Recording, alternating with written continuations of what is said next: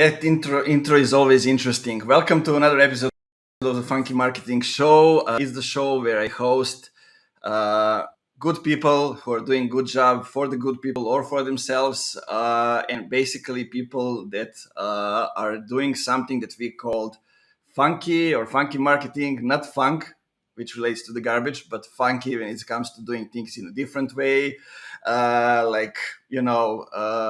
Like we had it in music with James Brown, with all those other musicians, and I like to have that perspective in marketing and business. And today I have a pleasure of hosting a person that joined LinkedIn just over 6 months ago.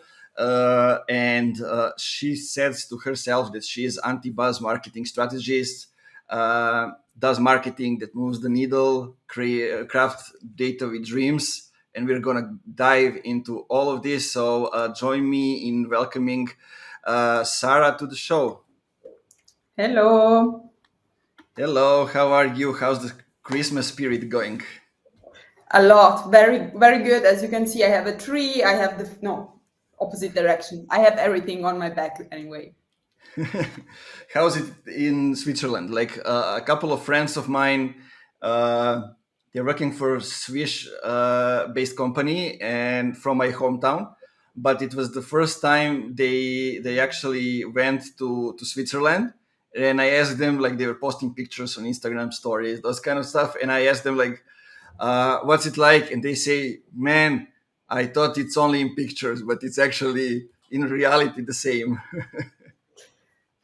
I would say it's very beautiful from a landscape perspective. I'm in Zurich, so obviously it's kind of the big city, even if, I mean, it's around 300K, so it's not the biggest city. But something about the stereotypes of mountains, cheese, and money is true. But I love it. I really love it. Yeah, it's interesting. Like when I think of Switzerland, I think of some of the clients that I've been working with from Switzerland. Most of them, happened when I was working as director of operations in another agency, and it was basically a franchise of an Indian company, like basically NLP and advanced learning for children or kids. And like somebody who is from Serbia just learned and opened the franchise in Switzerland, and we were doing marketing for, I don't know, like 22 franchises in Balkans, and then it was the obvious choice that we go to Switzerland. But then it requires a whole lot of research and getting to know the people, the custom, the educational system, and everything, which is totally opposite from what we have here. Yeah, well, I cannot really say much about this because I'm kind of an insider by now. I mean, I'm Italian. I was born and raised in Rome, but I moved here to study marketing. And so since then, basically, I've been always working here, but definitely it's not like it's a bit different than, Europe, even if it's in Europe, technically. Yeah, I mean it's different because you have different languages in different parts of the country, so it means different people, you know, looking at life from different perspectives, and then keeping this neutral as a country. Totally. I mean, you have the French part, you have the German part, you have the Italian part, and I mean, three different languages and three different ways of living. I mean, if you really move around the regions, you see a complete difference.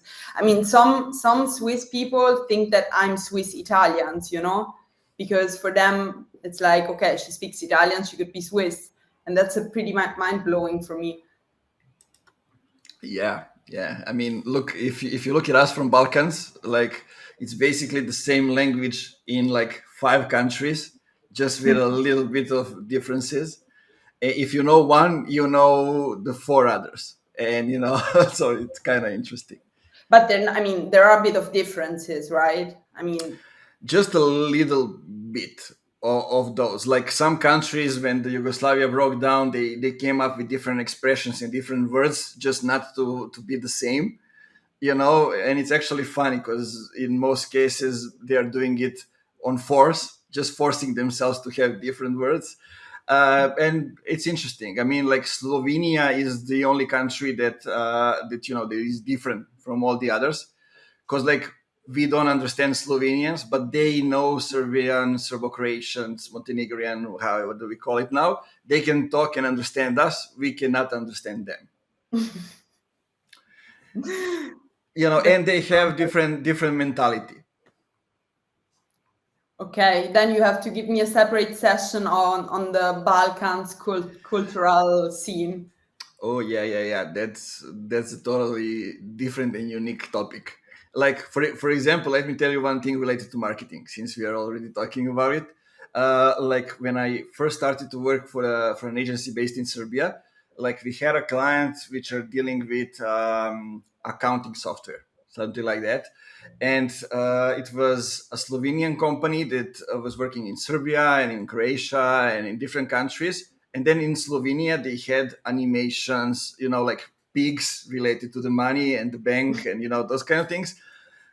And when I started to work with them, I uh, did an overview of the social media profiles and everything, and they were using stock photos. And I came from the agency that was working with US and Canada based companies, Australia as well. And like having stock photos is not something people would like to see today. So it was in 2018, but still.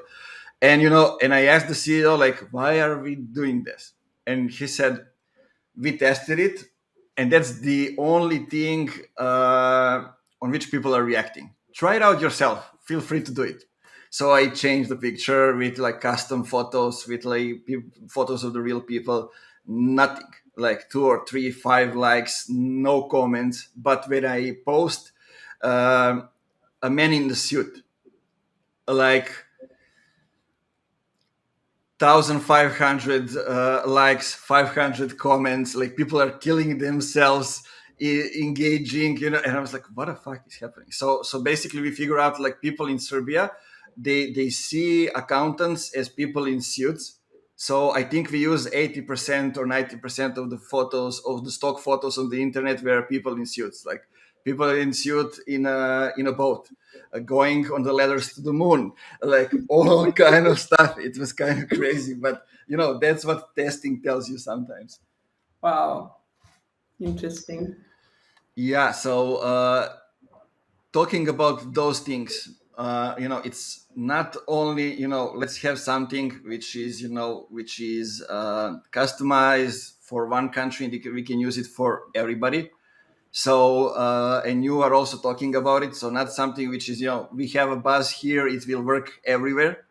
Let's try to do it in a different way. So how do you actually explain, let's explain the headline. So anti-buzz marketing. Well, I don't know. It's definitely not a professional headline, but the more I stick to it, the more I think it's really my main belief in a way. It's basically the opposite of all this stuff that you read, like go viral overnight, or here are 5 simple steps to do this, because nothing is simple in marketing, I believe. It really requires a lot of work, and sometimes you work and it just doesn't work even if you work hard on it. And so I really hope with my content to just give some help, give some advice, if at all, that brings result, that people can actually really work on it and take away something, and not just like things that are easy to believe but just don't bring anything. Yeah, I actually don't think that you need a professional headline just to say that. I think the more you go off formal things, the better. And not only with headlines, but also with marketing. Like I totally agree with that. I was talking with Daniel Chmela from Chili Piper as well, and he's like, having people coming from different backgrounds to work in B2B brings totally different perspectives. And it's the same if you listen to the different music and apply that to your marketing, or not something that everybody else is using. And it goes for hiring, it goes for content, it goes for advertising, for all kind of stuff. Yeah, but I feel the majority on people on LinkedIn are still very afraid, to be authentic. Maybe in marketing we can be a bit more free. Maybe in certain niches it's still a bit more conservative. But the more I talk to people, the more I realize that since we kind of overstepped the line and now we're writing, we're active, we see that it's working. Still, it's like what 5% of users on LinkedIn. So yeah. Yeah, and like few years ago when LinkedIn was still very formal place, basically an online CV and those kind of things. And one person that moved the needle, um, I always forget his name, but he was a guy from Milwaukee with and still is with the guy with a huge hat on his profile photo, and it was the only thing that was different from all the others on LinkedIn. Basically, he was the first one that came wearing a hat, and like it made a huge difference. Like, and he was talking meaningful stuff, of course, and he blew up on LinkedIn. Basically, that was the trigger. And then come drift with personalized videos, with profile pictures of them wearing a logo, those kind of stuff. But it's never gonna be the majority of the people, and I think that that's okay. I mean, that's what differentiate people that know how to do it from the others that just try to blend it. Or at least, yeah, it definitely makes you stand out. I think on LinkedIn also the fact that you are really kind of yourself in the sense of your name, like on Instagram, on whatever platform, you can comment stupid stuff, you can hate on people, and it's like you can delete your profile and nobody knows. But on LinkedIn, what you say and what you put out there, it's really, yeah, it's connected to your real identity. That makes a difference, in my opinion. Yeah, and I think like why we don't have that many people that try to be different is that everybody can see what you are doing over there, what you are commenting, liking. It's all visible. Like a like and comment are like a post, and like everybody from your company can see it. Everybody else can see it, and I think for majority of people, it's a little bit frightening. It's scary to do it. That's actually something that makes me think about my new position, because I started a new job like yeah, now 1 month ago. And obviously for a new employer, that maybe is not used to people having being so active on LinkedIn and whatever, it can be weird at the beginning. It's like you see that the person is commenting all day long on LinkedIn, like, are they even working? Well, actually my boss is pretty cool, and I think he has a very open mindset. And during the job interview I also told him, hey, I'm kind of active on LinkedIn, so don't be afraid. And he was like, yeah, go for it. That's really super good. I want to do it too, but I don't have time, whatever. And so I actually added him during the job interview. So I thought also, like it will not come as a, oh my God, the first day of work, but it's like a constant, it's always like that. And so, yeah, I think, yeah, it just reminds me what you just said. Yeah, and like I mean, companies should empower people instead of doing those things. But there's one thing that I like to emphasize, and I think it's important, is that as long as you don't keep the best stuff for yourself, but you do them on your job position for the company that you work for, it's all good. Like I see a lot of people that got stuck in those personal branding things, those kind of stuff, and they keep the best stuff, their best knowledge and learnings and everything for their personal profile, not for the company they are working in, and that's counterproductive. Absolutely, especially when you're not kind of selling to your audience, like in the sense, my main audience is probably marketers and salespeople, and my current company is obviously not selling to that audience. So it's even more important that the knowledge is passed, I think. Yeah, and to get to that, I recommend to everybody listen to the Funky Marketing Show episode with MJ Peters, who was at the time at the Fireplace. Now she's working at Refine Labs. When she explained the way she used LinkedIn to get to the target groups of people that are not on LinkedIn, but their companies are. So basically through sales and marketing departments in those companies. It's actually a very nice example because like whatever you do on LinkedIn, you need to go over those two groups. And, just like establishing the name amongst her peers, so marketers, salespeople, she was able to get recommendations and referrals for her company. And that's also a good approach and something to think about, because there are lots of companies with people that are present on LinkedIn but not active, and you can get to them using a different way. I need to listen to that now. So tell me one interesting thing, and I love that, crafting data with dreams. So I'm interesting to kind of how do you see that? What do you mean by it? And to kind of get deeper into that. So I think that's really, really very much related to B2B marketing, in my opinion, and the fact that I've always worked obviously for tech companies, and so the data, it's always like data. We are, we have the most avant-garde technology, blah blah blah, and dreams is more the beauty and the creativity of marketing, and it can be a clash sometimes, because when you're working with engineers, they're like, yeah, this marketing blah blah, it's all colors and shine, blah blah blah.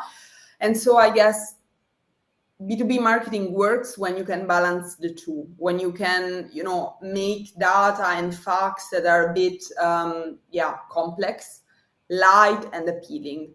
And that's really what I try to do in my job. For example, in my past job, one thing that was much related to that was that we tried to create animations of all the product solutions. And so it was really a big process with a lot of people involved that were completely maybe not marketing friendly, and how we translated this complex knowledge into funny, even animations that are easy to understand. So I have a question. I'm gonna pretend that I don't know the answer, but like, should we listen to our feeling and inner voice, and apply certain things, and just check the data to make sure that we are on the right track, or we listen to the data and stick to that no matter what our inner feelings is telling us? I don't know. I don't like rigid things. I think you cannot, especially in marketing, you cannot really put a stone on the creativity, like, or you will suppress it completely, right? So I guess obviously we have so many tools today that set specific frames, and I think it's very important to have a reality check when we get too carried by our fantasies, and we could do that and we can do that, and I prefer blue over green, then it's totally fine to have a frame and stop those discussions that never end. But I guess the data should not stop our ideas and our willingness to test. Once we get there, it should help us kind of set some boundaries, I believe. Yeah, I agree. That's a good definition. Is that the way you're using LinkedIn? Also, like, doing some polls, then extracting data and showing it and explaining it in a meaningful way. Well, I don't know, because if I would be very, very data driven with LinkedIn, I would over analyze everything and just after each month audit, where do I get more engagement, blah blah. I don't really do that. I mean, often I know that the posts that don't perform that good are also not my favorite posts, are kind of the posts that I push out just because I'm like, oh my god, I haven't posted, I should do it now. So I don't know. Often I'm like, if I'm very, very passionate about something, then I'm also very good at translating it in a way that the audience likes it. And I mean, since I'm not making a living out of it, I can have this perk of being spontaneous and doing what I like, I think.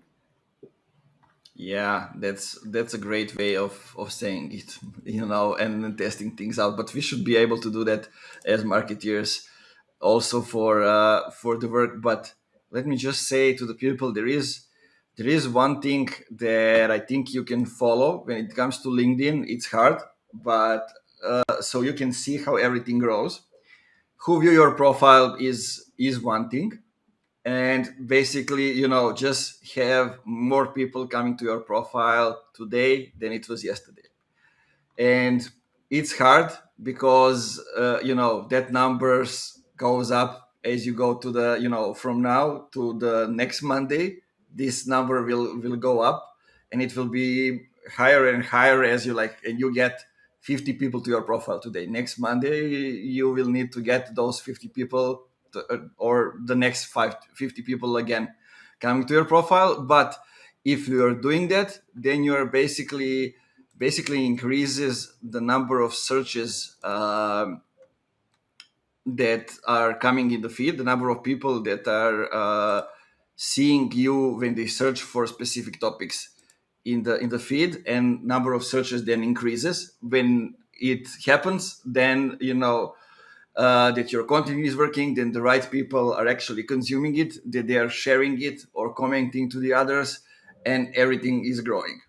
It's hard to do it persistently, and it's hard to be consistent with it. But if you do it, that's one of the ways you can do it to measure. It's pretty extreme, but if you have time to test it out and to see, that's how you learn a lot of stuff. For me, like a very important KPI is that I've had a lot of people recommending me, like in the Yeah. sense when they comment on other people's posts with like their favorite people to follow on LinkedIn, or I mean, even when I get invited to podcasts, by the way, thank you.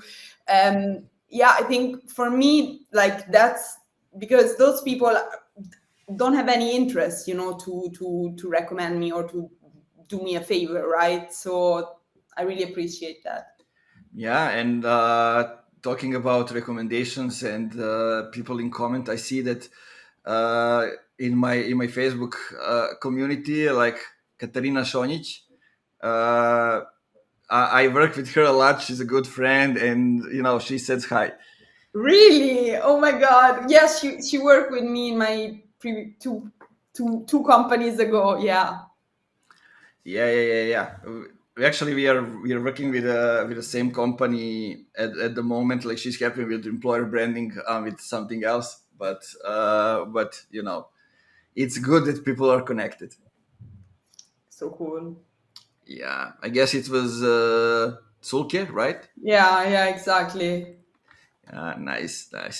Okay, so let's move to something more serious. So, uh, my opinion of doing the ads is actually that ads shouldn't feel like ads. It should be just an extension of what we are doing organically. So you also talk about it a lot. Like, how can we actually get to the point where ads don't feel like ads? What can we do about it?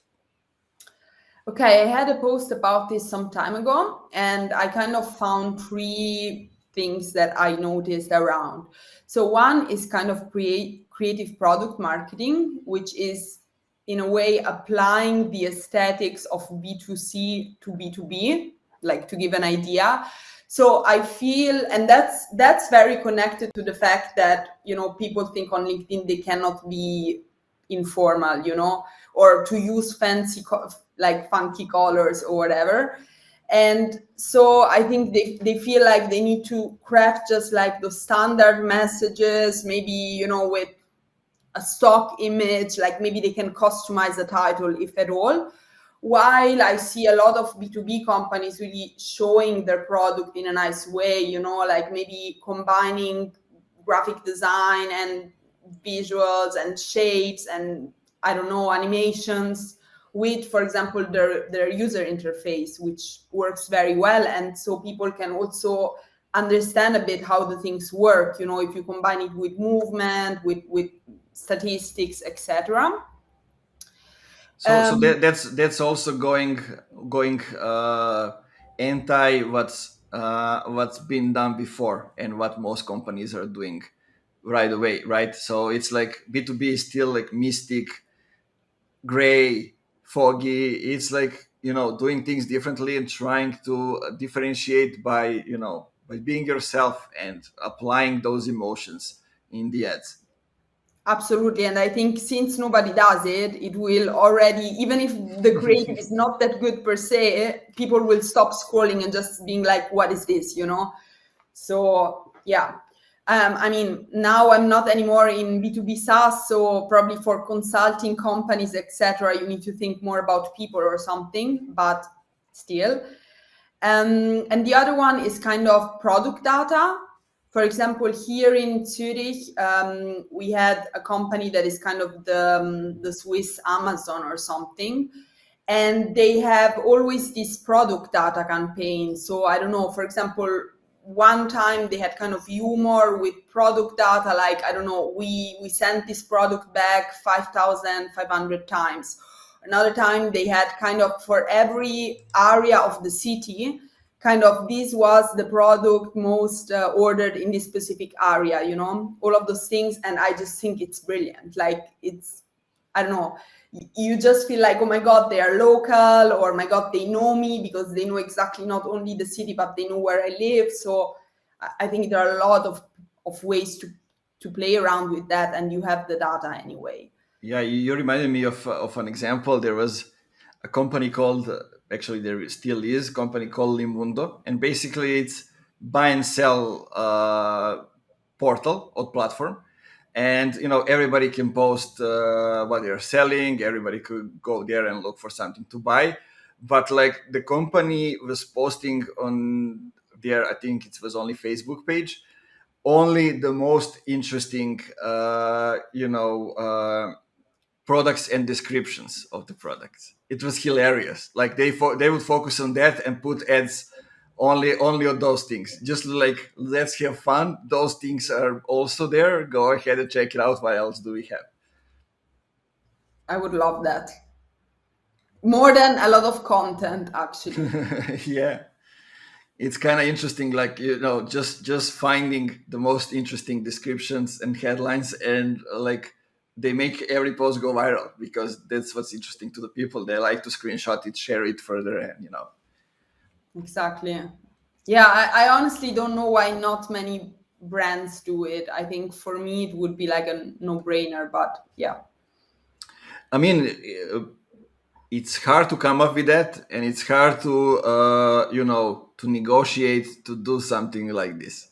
Let's be honest. It's hard to say to the CEO, like, there's this hilarious ad for I don't know, the guy who is selling the restaurant, and he's saying it's the best thing you can buy for that money ever. And then like he writes, you can even tear up the roof and build one more floor above it, and it's working perfectly at the moment. But as I'm somebody who is coming from I don't know, from abroad, coming back, I have my retirement fund, and I don't want to work anymore. I want to have fun with my friends while I'm alive, so you can go and buy Well, depends what CEO you have. But yeah, it. in Yeah, that yeah, yeah. case, in that case might be a bit tough. Yeah, so it's kind of interesting, but coming to that, it's important to have the CEO that understands the customers, that know who they are, and that they understand marketing. I think that's one of the most important things for anybody that works in marketing. I would say it's more important that they trust marketing, that they understand, because maybe they don't understand, like I don't understand engineering, but I'm pretty confident that my engineering team knows what they're doing. And so you see them as an expert and you let them do their thing, in my opinion. Yeah, I agree. I mean, they go hand in hand. You cannot trust something that you don't understand, and that's actually one of the biggest mistakes that companies are making, assuming that people know things, that they understand it, and then they go, especially like tech companies that creating product that don't exist. People don't know that they exist, and they go, hey, go ahead and buy it. Man, I don't know what it is. I don't know how to use it. I don't know anything. Like, and that creates that barrier and creates lack of trust. I feel you can trust something that you don't understand, but you need first to have established the trust in a way. Like you cannot ask that somebody trusts you if you never ever, give them proof that they can trust you in a way. So, talking about data and about personalized ads and those kind of things, what would you include to create trust? On ads, just like purely on ads, Mm-hmm. Yeah, on ads. I think people in general, but like honest things in the say things that are not scripted and don't feel like somebody told them what to say. I feel, for example, in case studies and kind of when you see videos of case studies, often it's like, yeah, we work with company X and smile, like they're the best partner we could ever have because they enable digital transformation, stuff like that. And I mean, nobody would ever believe that.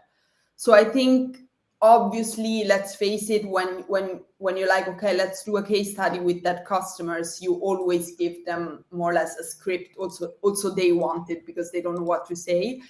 But trying just to set some minimal boundaries and not giving them the full script, I think would help a lot already.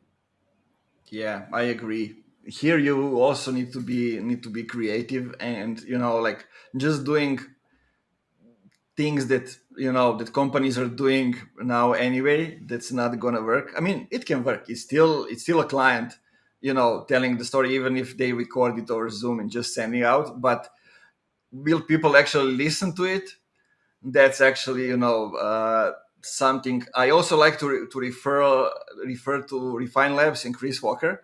And on their YouTube there's a testimonial or case study, but also we mentioned a couple of times MJ Peters. Like there's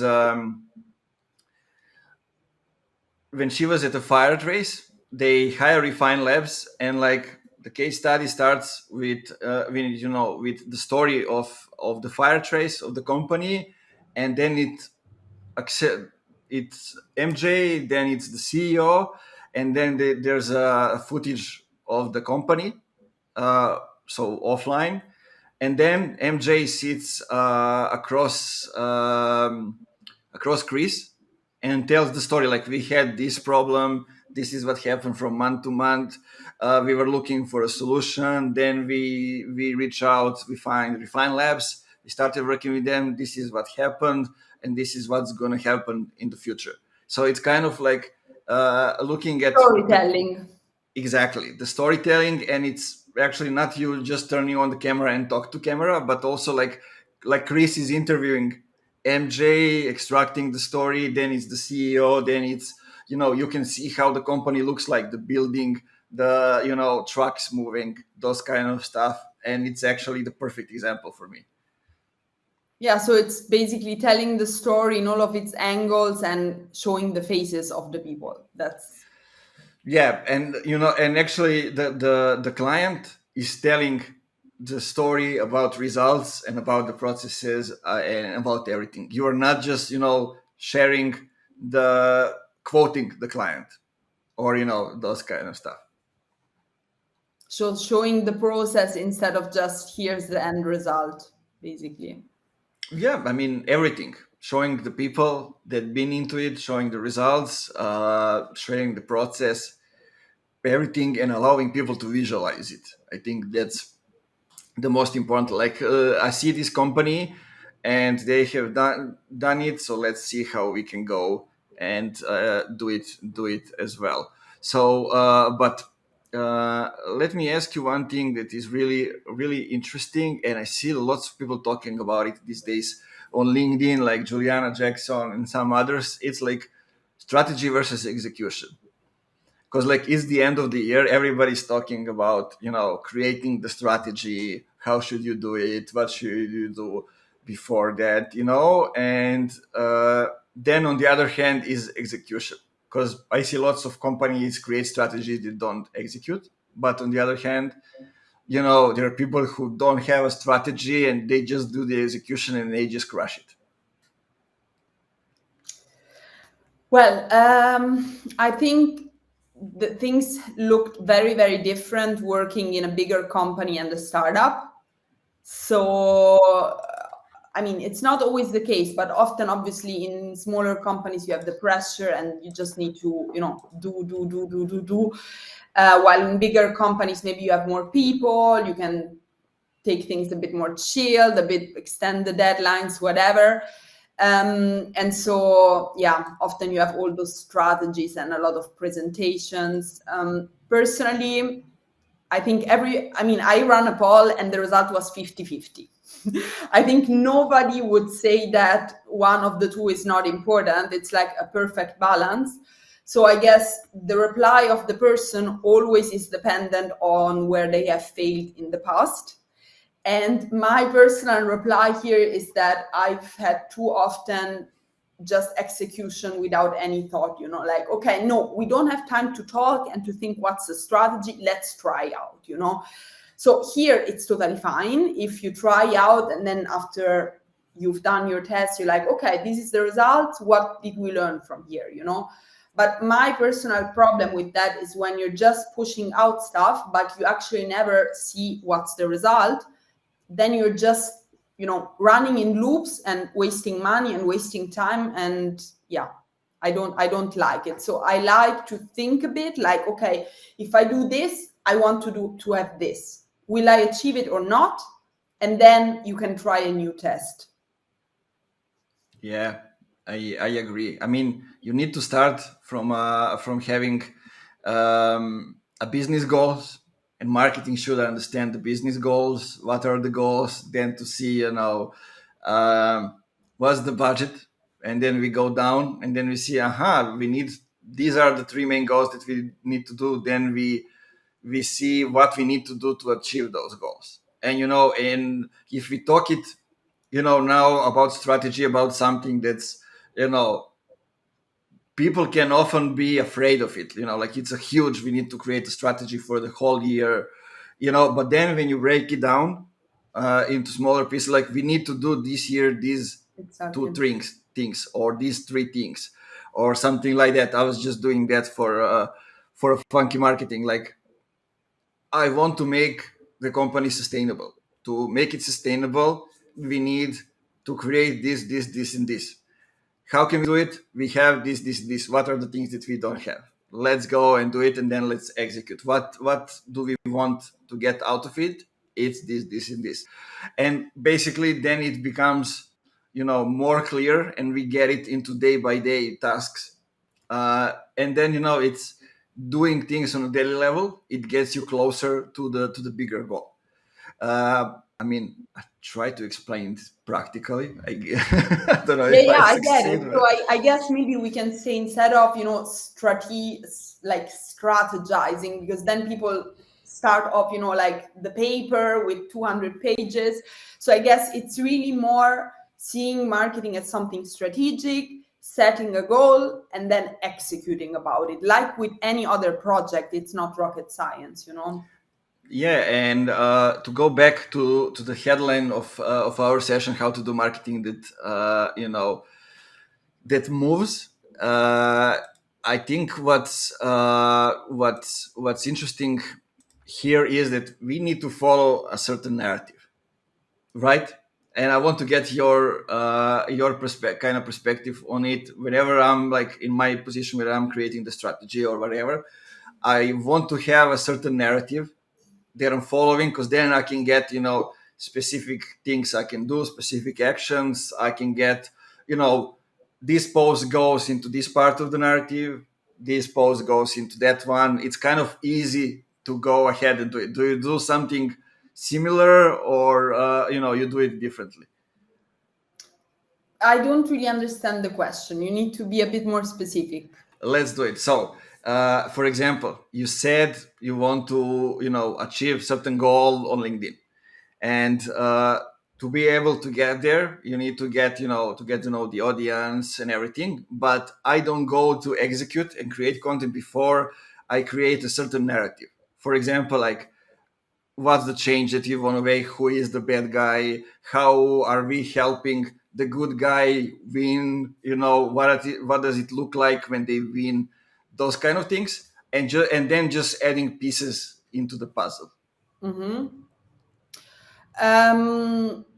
Well, on paper, yes, but not always. I mean, sometimes you also just start because maybe at the beginning you're like, okay, I want to create all of these things, and then you try to create them and you see you don't progress much, Then you have two paths. So either you keep on, researching and breaking your head on this, but when it gets too overwhelming, I believe that in marketing, it's also important just to follow a few ideas you have, because often already kind of proceeding on this gives you some pieces that will make you advance, So for example, if you test a few different narratives, maybe you see if people are reacting, maybe you see how you react when you push it out. Sometimes you feel ridiculous about yourself, or stuff like Yeah. that.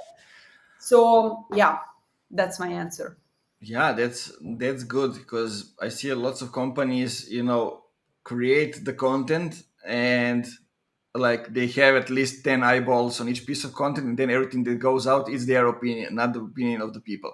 Then you don't know if the content is okay, does it go along with the narrative, does it achieve the goal? You don't know anything.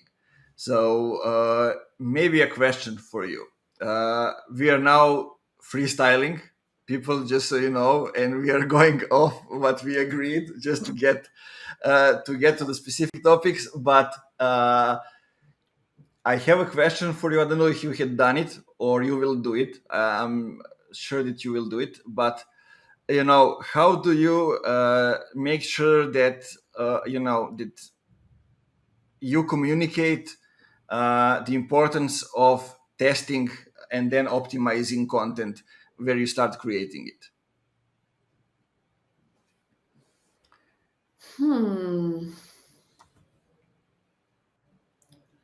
Well, I think if everything goes well and your response is already awesome, often you just go with the flow. Let's be honest. You just say, okay, we are starting from a very good position, so it's only putting the cherries on top, right? But when things don't go well and you see that probably, yeah, you really need to do something, what I do, since I'm very active on LinkedIn, is showing examples that I feel are very, very good. And so I'm like, look at this. Maybe this could be something for us. Obviously, not copying, but kind of, maybe that's a path that we could take, or this is another path that we could take. Yet it's very important not to spam people with and this and this and this and this and this, because then paralysis, or they start just reacting in the sense, yeah, but we don't have the budget, we don't have, I don't know, the approval, we don't have this. So I guess it's really saying, okay, let's test this for, I don't know, 3 months. And then after that, we can really say, okay, was it successful or not? And if not, those are the different paths that we could take. And to be honest, like, if the performance is bad, I don't think that I've never met people that are not open to improve things. Yeah, I totally agree. Like, just to explain, I meant, like, if people are not aware that they need to test it out, it won't go out at all. Like, you may have one piece of content going out per month, the one that everybody agrees on.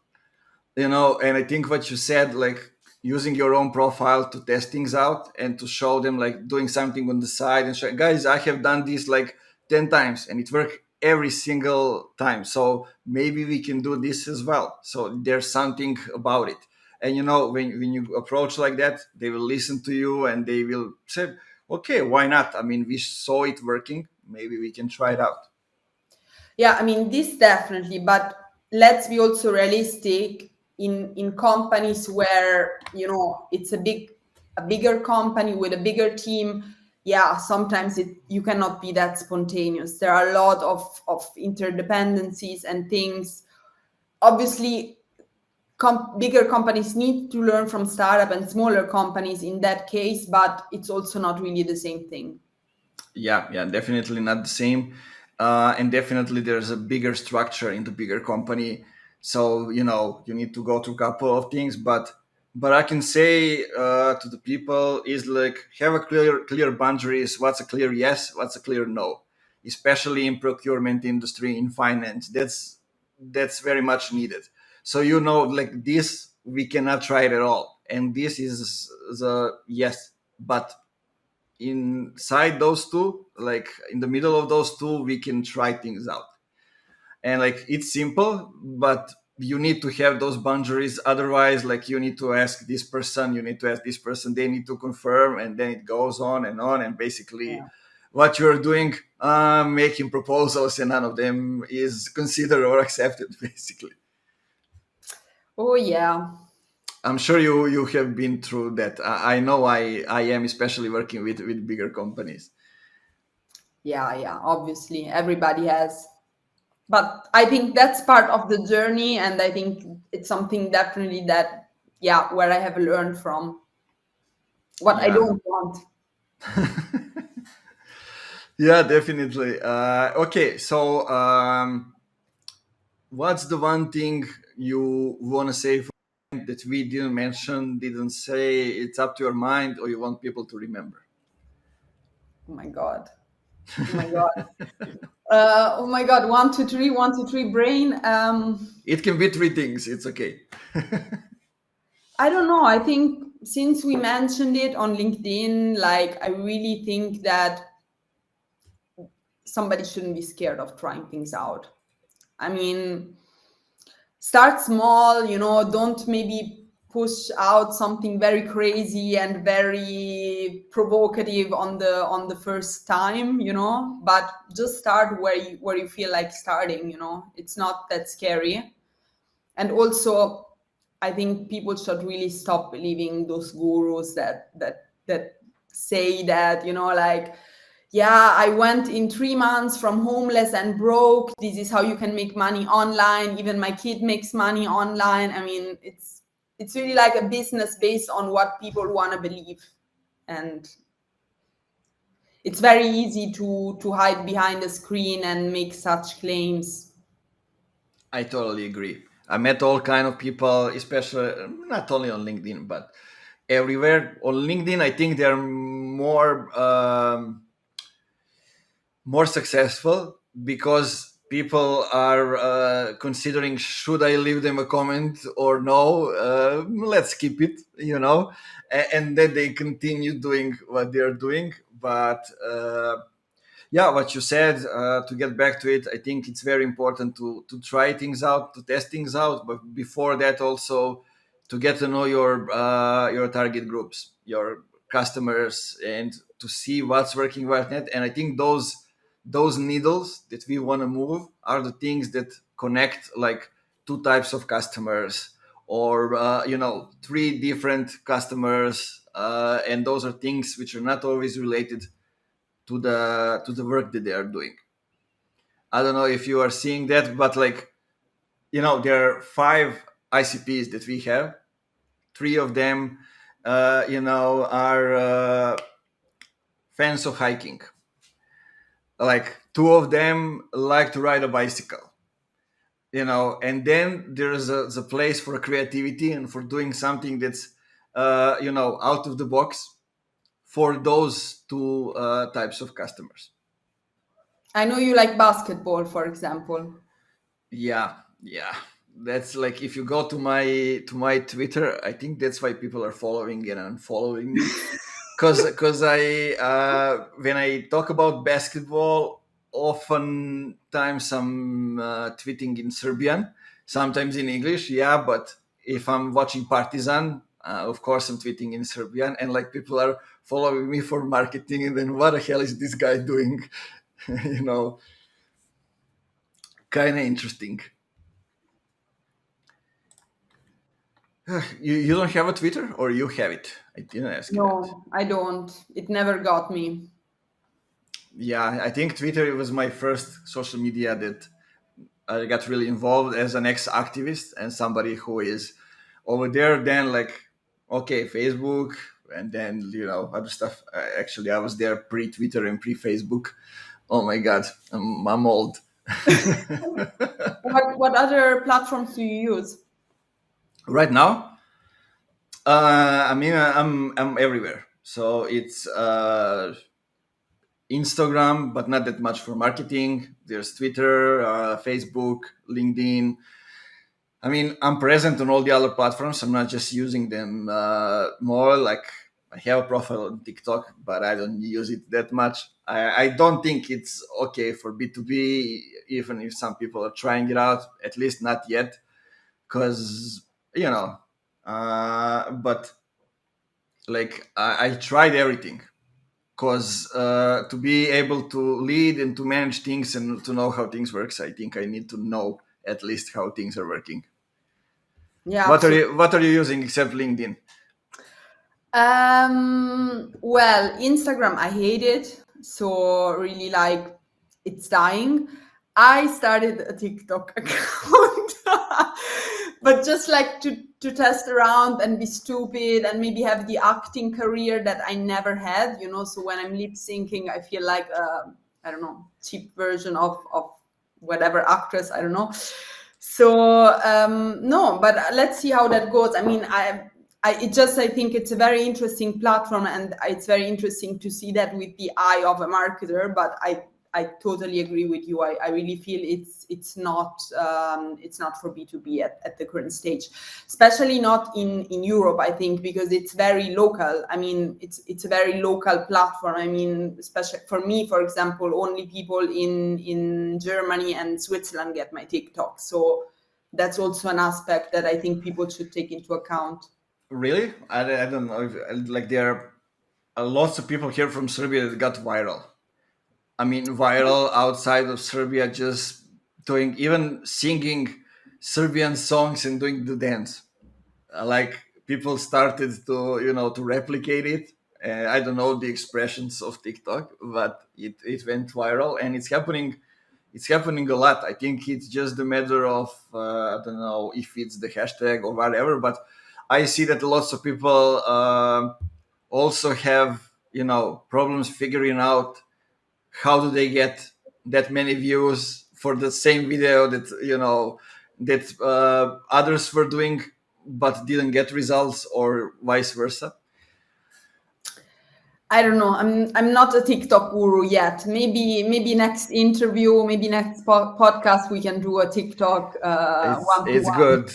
I think I need to get my wife to here to talk about the TikTok. She's not using it, but she's listening for 2 or 3 hours every day, and I think that she has a lot to say. Maybe maybe the secret is really Serbian songs, to get viral. So I will try this. Maybe that's the secret. Who knows? I mean, I'm not the one that's gonna try it. I had one example. I don't know if it's still on TikTok or I deleted it. Like the original video, it is when I was dancing to some drum and bass. But like the friend of mine who is doing these memes and all this other stuff, like he used it and he just switched the song to be some Serbian turbo folk or something like that, and it's great. So kind of interesting. Okay, so where can people find you on LinkedIn, right, or on TikTok? No, no, Not yet, not yet. definitely on LinkedIn. Go ahead, follow Sarah, ask her all the questions that came up to your mind while you were listening to us today, and go back and listen to the episode from the start. Because even though we were informal, having fun and discussing things, we said lots of things that are kind of important, like the importance of looking at the data, differentiating yourselves, learning from other platforms and other people and other industries, and lots of other stuff that we said over there. And also one thing that I would like to conclude with is that if you see that something is working for the others, it doesn't mean it will work for you. So you need to go and check your customers, check your company as well. Where do you feel comfortable, and then imply it and go.